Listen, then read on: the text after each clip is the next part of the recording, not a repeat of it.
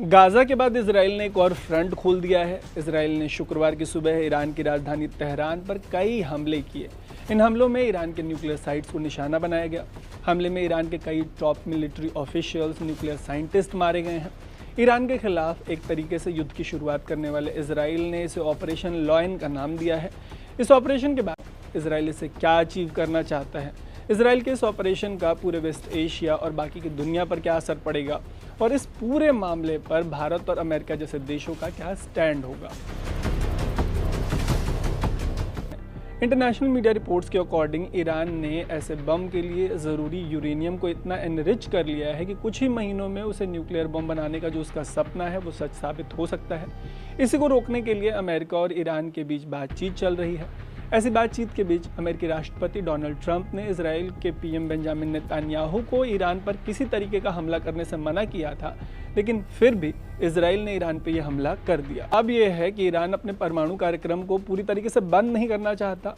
उनका मानना है कि सिविल इश्यूज के मामले में उन्हें इसके इस्तेमाल की इजाज़त मिलनी चाहिए, जबकि अमेरिका और इजराइल इसके लिए बिल्कुल भी राजी नहीं है। उन्हें इस बात का डर है कि किसी न किसी दिन ईरान इस एनरिचमेंट का इस्तेमाल बम बनाने के लिए ज़रूर करेगा। इसी डर के मारे इजराइल ने ईरान पर हमला किया है। यहीं पर एक और सवाल आता है कि क्या इजराइल ऐसा कर सकता है। इसका जवाब ये है कि अभी तक इजराइल वेस्ट एशिया में हमास, हिजबुल्लाह, हूती ऐसे ईरान के जिन प्रॉक्सीज से लड़ता आया है, ईरान उनका आका है, लीडर है। ईरान में अमेरिका ने कहा था कि वो इस हमले में शामिल नहीं है। होगा या नहीं होगा, इस पर सवाल बना रहेगा। सऊदी अरब से पाकिस्तान तक ने इसकी कड़ी निंदा की। सऊदी अरब ने इसे ब्लेटेंट इजरायली एग्रेशन बताया है। पाकिस्तान ने भी इजराइल को आड़े हाथों लिया और इंटरनेशनल कम्युनिटी को तुरंत इस मामले में दखल देने की अपील की। इजराइल पर हुए हमास के आतंकी हमले के बाद वेस्ट एशिया की तस्वीर पूरी तरीके से बदल चुकी है। हमले के बाद इजराइल ने जो जवाबी कार्रवाई शुरू की, उसमें ईरान के हमास, हिजबुल्लाह, हूती ऐसे प्रॉक्सीज की कमर तोड़ दी, इनके टॉप लीडर्स को मार दिया। इनमें से हूती वो इकलौता ग्रुप है जिसमें थोड़ी सी जान बची है।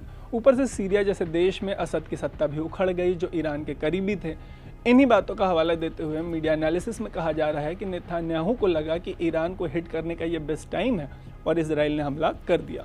सप्लाई होने वाला जो क्रूड ऑयल है उसका 20% इसी रूट से होकर गुजरता है। मतलब तेल की कीमतें सिर्फ एक वजह है जो कि बढ़ी तो बाकी की तमाम चीज़ें अपने आप महंगे होंगी, इसकी आशंका बनी हुई है। मतलब तेल की कीमतें सिर्फ इस एक वजह से नहीं, कई वजहों से बढ़ सकती हैं, जिनका असर बाकी की महंगाई पर पड़ सकता है। डिप्लोमेटिक फ्रंट पर वेस्ट एशिया के देशों को लेकर कहा जा रहा है कि बयान देने के बाद वो इसराइल के हमलों को चुपचाप एग्जीक्यूट होने देंगे।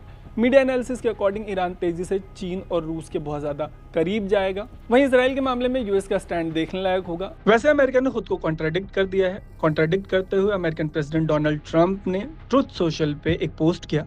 पोस्ट में ट्रंप ने लिखा कि अगर ईरान न्यूक्लियर डील के लिए नहीं मानता तो उसे इससे भी बड़े हमले झेलने पड़ेंगे।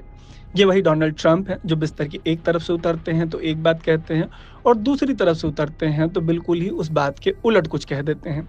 ऐसे में ईरान और इजराइल के बीच ये जो पूरी सिचुएशन डेवलप हो रही है, उसमें ट्रंप और उनके अमेरिका का जो पूरा सर्कस है वो देखने लायक होगा। इंडिया सीधे तो किसी भी तरीके से इसमें इन्वॉल्व नहीं होगा, लेकिन ऑपरेशन सिंदूर के दौरान इजराइल इकलौता देश था जो खुल के इंडिया के सपोर्ट में आया। ऐसे में देखने वाली बात होगी कि इंडिया इस पूरे मामले पर क्या स्टैंड लेता है। यह सब देखना इसलिए बहुत अहम होगा क्योंकि ईरानी सरकारी मीडिया ने बताया है कि इजराइल के हमले में कई अहम लोगों की मौत हुई है।